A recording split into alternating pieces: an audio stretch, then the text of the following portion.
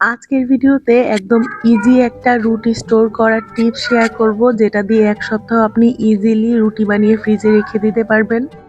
যাই হোক, আসসালামু আলাইকুম। কি অবস্থা সবার? আশা করি সবাই অনেক ভালো আছেন। এই যে আমি বড় বড় করে রুটি বানাচ্ছি, কারণ আমার পাকিস্তানিরা আমাকে দেখছি যে বড় বড় করে রুটি বানায়।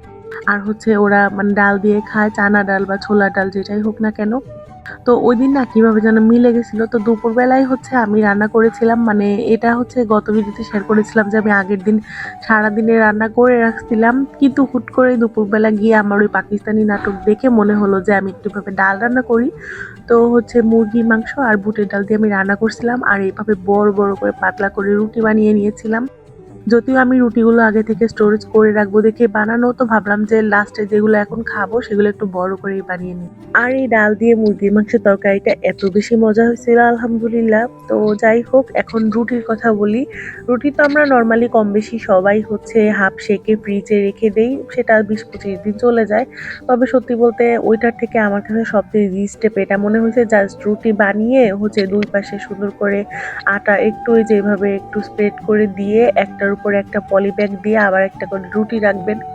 এতে করে হবে কি, আপনার রুটিটা হাফ সেকে রাখা লাগবে না। আর হাফ সেকে রুটি রাখলে একটু তো শক্ত হয়ই, মানে এমনিতে নরম লাগবে, কিন্তু এই রুটিটা খাওয়ার পরে আপনি বুঝবেন যে এইটাই বেস্ট। মানে যারা একটু নরম রুটি খেতে পছন্দ করেন বা একদম ফ্রেশ মনে হবে যে এখন বানিয়ে এখনই সেকা হয়েছে, তাইলে আপনারা এভাবে করে দেখতে পারেন। এটা জাস্ট নর্মাল ওভাবেই জাস্ট আপনার হচ্ছে এটা সেকে রাখা লাগবে না।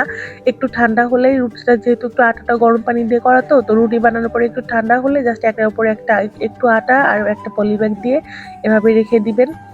তো যাই হোক, ওটা হচ্ছে আমি আগের দিন রাতের ভিডিও শেয়ার করলাম, আর এটা হচ্ছে পরদিন সকালবেলা। আর এখন তো এই রুমটায় আসলে আমার মনটা বেশ ভালো হয়ে যায়, কারণ সব কিছু একটু উল্টাপাল্টা করা হয়েছে, তো মনে হয় যে আমি নতুন জায়গায় চলে এসেছি। যাই হোক, যদিও বোনকে অনেক বেশি মিস করতেছিলাম। আর তারপর ওই দিন না আমার ঠান্ডা লাগতেছিল, এখনো একই অবস্থা আছে, মানে শীত শুরু থেকে সেই এক অবস্থা।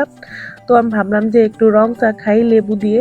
তো চাটা একটু বেশি করা হয়ে গেছিলো, বাট লেবু দেওয়ার পরে পরে হচ্ছে অ্যাডজাস্ট হয়ে গেছে।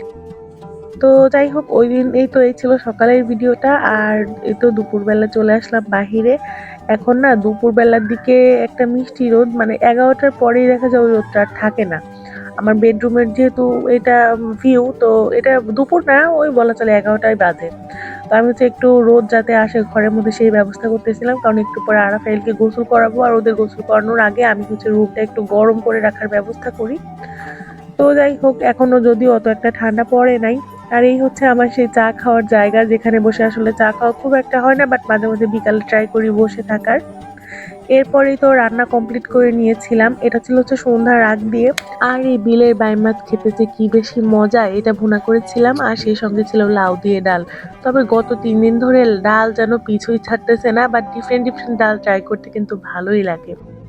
তারপর আর কি, আরাফাইল ঘুমিয়েছিল। বিকালের দিকে এখানে বসে বসে আমি ভিডিও মেক করতেছিলাম, তারপরে ভিডিও এডিট করলাম। পরে ভাবলাম যে একটা ক্লিপ নিয়েই নেই।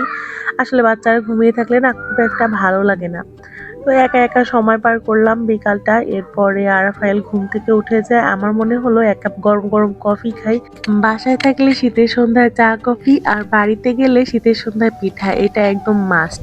তো যাই হোক, আজকের মতো ভিডিওটা এখানে শেষ করছি। ভালো লাগলে লাইক কমেন্ট শেয়ার করে দিবেন। আজকের মতো এই পর্যন্তই। আল্লাহ হাফেজ।